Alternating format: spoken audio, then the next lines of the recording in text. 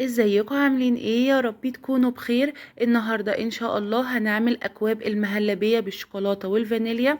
بجد حلوه قوي قوي، سريعه جدا. ولادنا عايزين مثلا حاجه سريعه، دي نعملها لهم. مهلبيه الشوكولاته طعمها زي الدونت بالظبط، ما تفرقش حاجه عنها. عايزه مثلا تغيري ان شاء الله في رمضان، زهقنا من الكنافه والقطايف. دي حاجه حلوه وجميله قوي قوي، هتعجب اي حد هيدوقها ان شاء الله. وكفايه ان هي سريعه واقتصاديه في نفس الوقت. القوام كريمي كده زي ما انتم شايفين، حلوة قوي قوي. ندخل بقى على المقادير. المقادير عبارة عن 3 كوب لبن، 3 معالق سكر كبار، 3 معالق نشا كبار ممسوحين، 3 معالق صغيرة كريم شانتيه. يبقى هي تلات معالق من كل حاجة. 3 كوب لبن، 3 معالق سكر كبار، 3 معالق كبار نشا ممسوحين، 3 معالق كريم شانتيه صغيرين، فانيليا. هنقلبهم كويس جدا جدا كده على البارد. المكونات بسيطة، مفيش فيها اي حاجة. هي 3 كوب لبن، هتعملي حلا سريع وجميل جدا جدا. رفعتهم على النار لحد ما تقلوا كده زي ما انتوا شايفين. هنجيب طبق كده وهنضيف نص الخليط بالظبط، يعني نص الخليط هنحطه كده في الطبق ده. تمام. نجيب بقى، انا جبت هنا دي شوكولاته جالاكسي وسعرها مش غالي، دي ب7 جنيه. بتدي طعم روعه بجد، ما يفرقش حاجه عن الدونت. هنقلبهم بقى كده وهي هتسيح على طول، يعني ما تقلقيش. حطيت معلقتين صغيرين نسكويك، معلقتين صغيرين بس.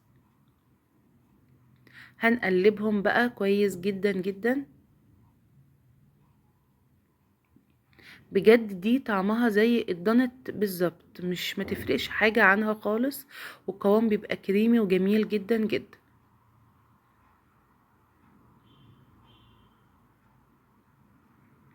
هنقلبهم كويس قوي. تمام كده، تمام. والشوكولاته ساحت وكل حاجه امتزجت. هنجيب بقى طبق كده، انت عايزه كاس او كوبايات اللي عندك، مفيش مشكله.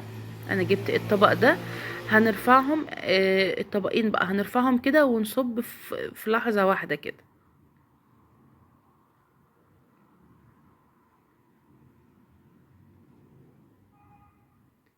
تمام. طلع بالمنظر الحلو ده. بجد جميله قوي قوي، القوام كريمي جدا وحلو.